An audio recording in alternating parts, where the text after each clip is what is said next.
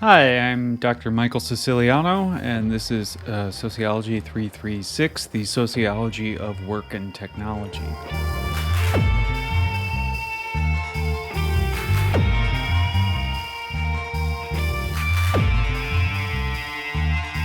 Now, in this first video, I just want to go over the syllabus in depth and kind of talk about what's expected from you in the class, like what the class is all about.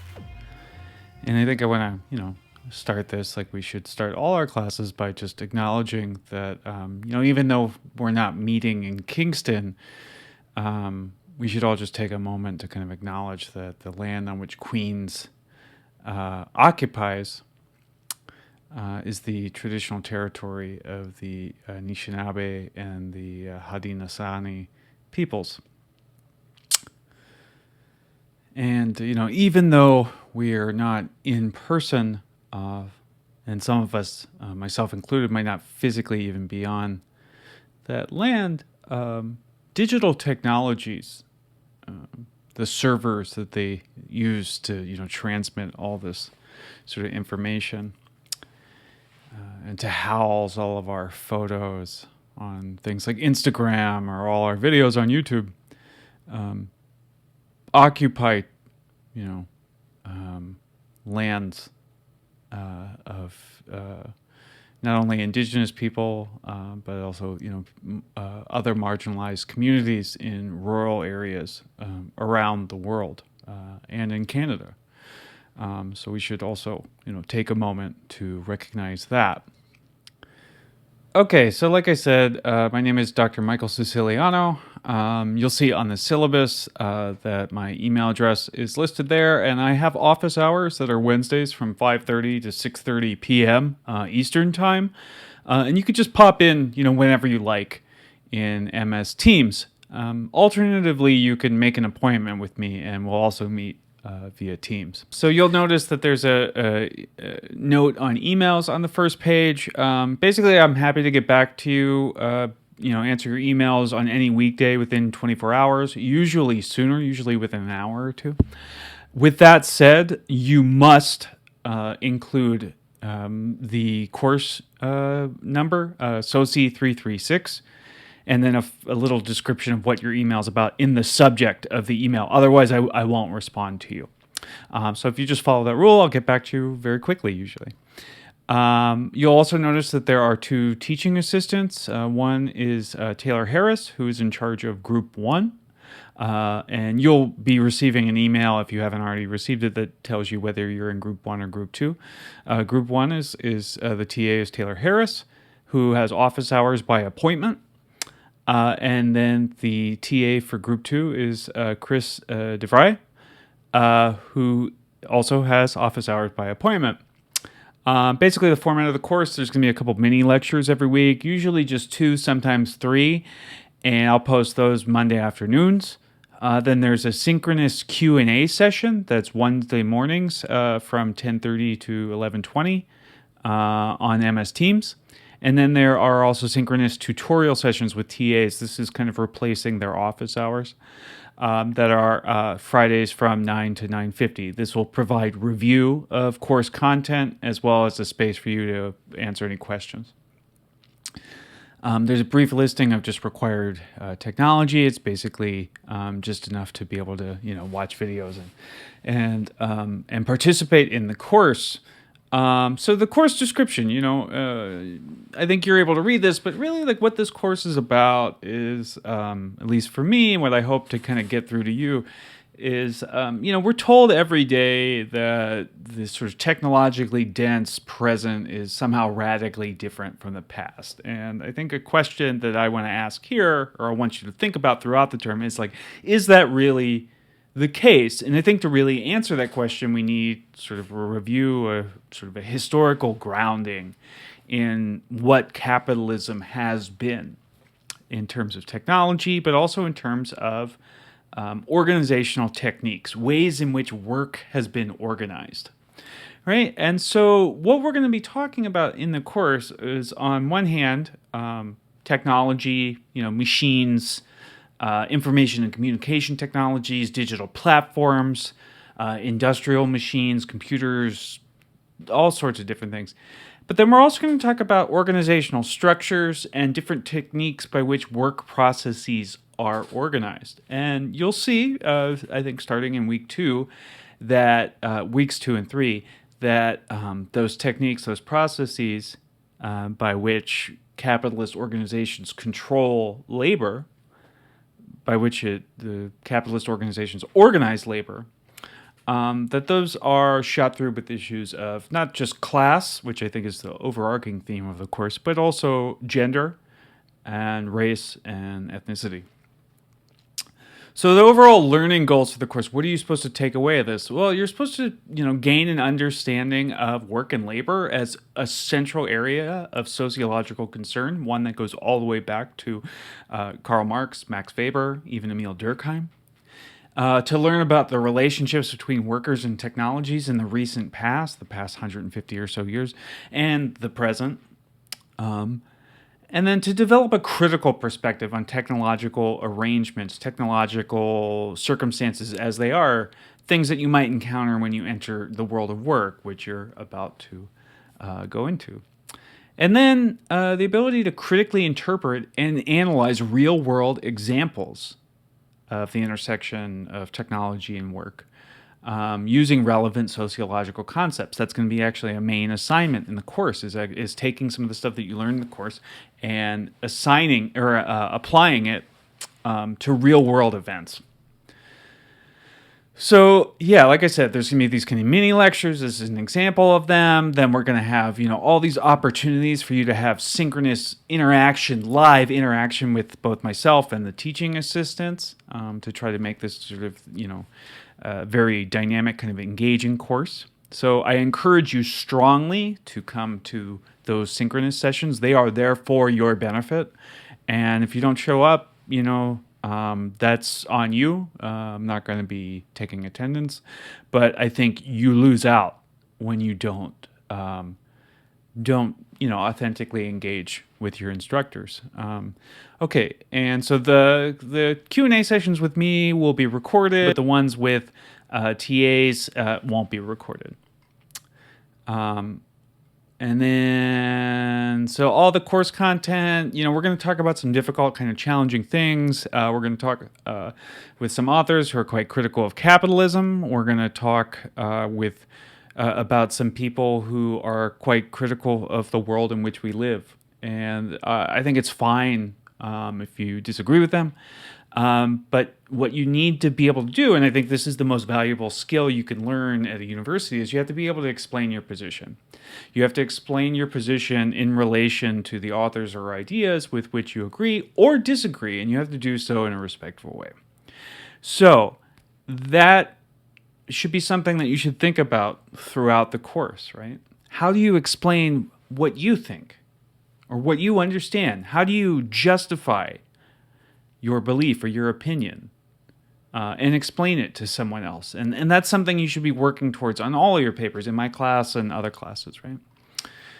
That's one of the best things you can take away from a university education, is the ability to explain yourself, to argue a point, right? And this is something I hope that you can use the assignments in this course to develop. Okay, so what are the assignments? There are weekly quizzes. Basically, these are just to make sure that you read the text, to keep you on track. There'll be, 5 or 10 questions. They'll go up Wednesday afternoon, and you'll have until the end of the day on Sunday, so Sunday at 11:59 p.m. After that time, you won't be allowed to take the quiz. But the deadline is already flexible, so you won't be allowed extra days or anything like that. You have 5 or 6 days to take the quiz, and you just need to take it within that time frame.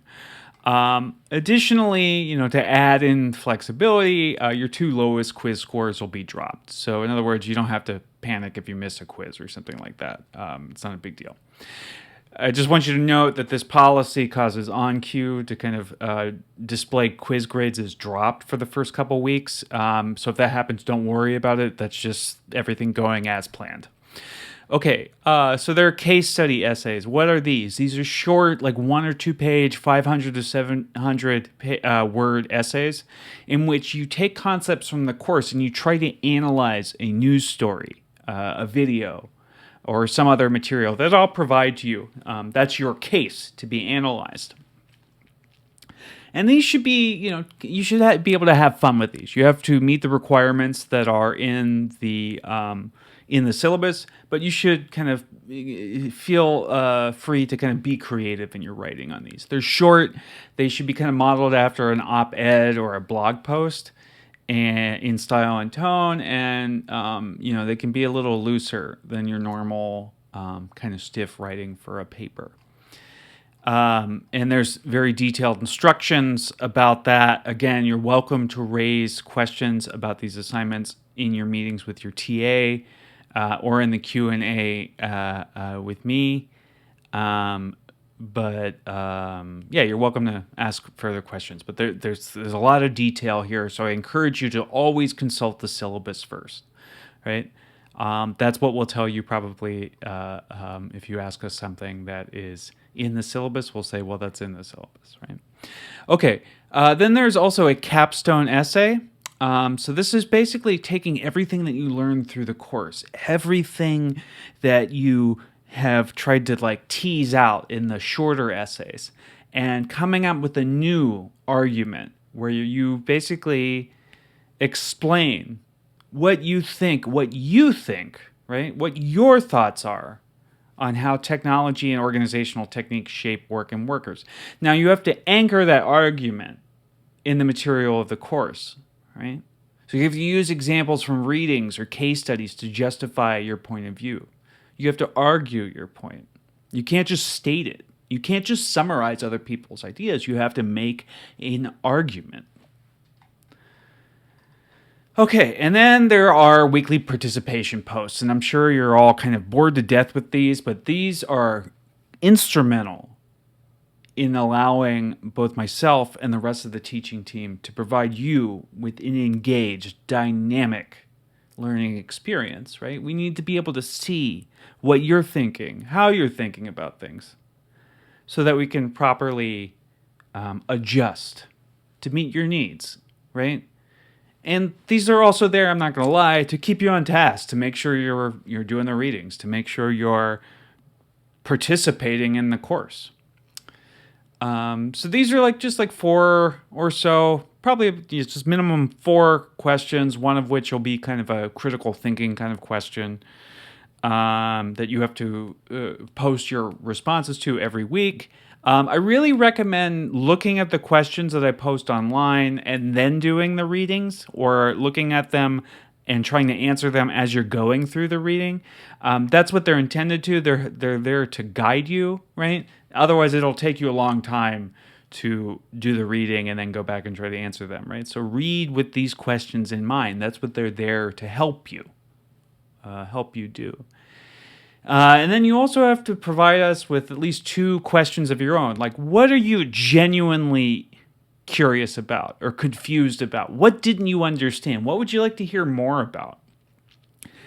And I really encourage you to develop an authentic relationship with the course material, right? Don't just pose a question because you got to pose a question. Pose a question that you genuinely have, something real, And I think I guarantee you'll get more out of your coursework, you'll get more out of this course, and you'll get, I would say, just more out of life. So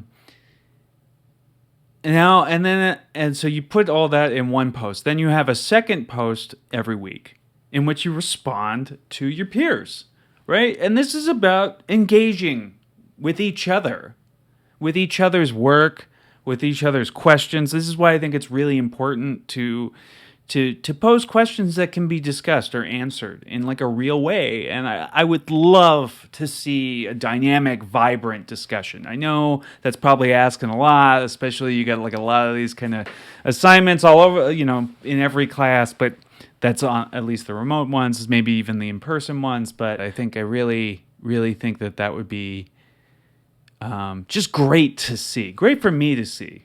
and I think rewarding for you as well. Now with grading, we're all stressed out about grades. You need good grades to get into graduate school. You need good grades so you can graduate and maybe get a good job. And I understand that. With that said, what I want you to do is when you get a grade in this course, when you receive feedback on assignment, you need to take at least 72 hours, 3 days. That's all I ask, right? Before you come to us to dispute the grade. If you just want an explanation of why you got the grade that you did, by all means contact us. But if you wish to dispute the grade in any way, you have to wait at least three. There's details of statements on academic integrity in here, academic accommodations policy. I'm more than happy to make any accommodations that you need, as long as you let me know within the first 2 weeks of the term. If you do that, I'm happy to be as accommodating as possible, right, as I can. And I might not be able to make everything, work, but I'll try, right? I'll try. The same goes for academic considerations. Just really keep me in the loop. I'm happy to follow any and all rules that we have here at Queens to make the world. Make the world of the class easier on you. All right, I'm very happy to do that. So the details of the course are in here. As you can see, if you're looking at this, week 1 is basically just me going over the syllabus here, and then providing some historical context and work trends. That's what the next lecture will be about. And then next week we move on to sort of classic techniques used in capitalist organizing of work. So we'll read about the labor process from Marx, bureaucracy by Max Weber, and then scientific management and a critique of scientific management. Then we'll be reading about how race and gender are key in how capitalism kind of controls labor. From there, we'll move on to thinking about the body at work in industrial manufacturing, then the body at work in the service and information economy. Then that's when you have, takes us up to week 4, where you have your first case study due. It's a short essay that I explained, And then we'll talk about some contemporary issues in labor. We're kind of making a change, a shift in focus to really just kind of understand what are contemporary issues that are going on before we talk about the social production of technology. So how is it that technology at work is gendered, is classed? How does that occur? Then you have Thanksgiving and fall break.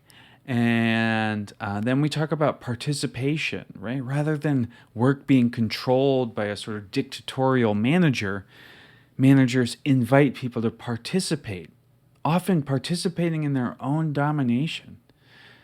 Isn't that terrifying? But that's the way that capitalism operates. It gets you to kind of go against your own interests. It's fascinating and, scary. Then we talk about algocratic modes of organization, thinking about how infrastructure controls work, technologies controlling work. We talk about knowledge infrastructures, kind of building on that idea. Then the pace of work in everyday life. What does it mean to be constantly connected, not to your friends, which you might be, but to work itself? And then you have your second case study. Then we talk about place in the digital economy, starting with work in an urban environment and then work in rural China. And then we talk about the role of classification in technology, specifically contested classification among gig workers. And then we'll talk about platforms. What is it that platforms do? Specifically Uber we'll be talking about. And then you have a third case study, that brings us to week 12, where we'll be talking about the hidden labor in technology. So we'll be talking about the role of indigenous women in the manufacture of technology. And we'll also be talking about gig workers and their support of so-called creative jobs. Then finally, we'll wrap up the course by talking about this need to commodify yourself, right? This need to wrap yourself up as a commodity with a little bow on it as a personal brand. What is that about? And what does that do to job seeking? And then finally, you'll have at the end of that last week your capstone essay will be due, and that's the course. Okay, so look forward to seeing you on Wednesday, and look forward to talking with you all. And I'll see you in the next video where I talk a little bit about the history of capitalism and the contemporary job market in Canada. And I'll see you then.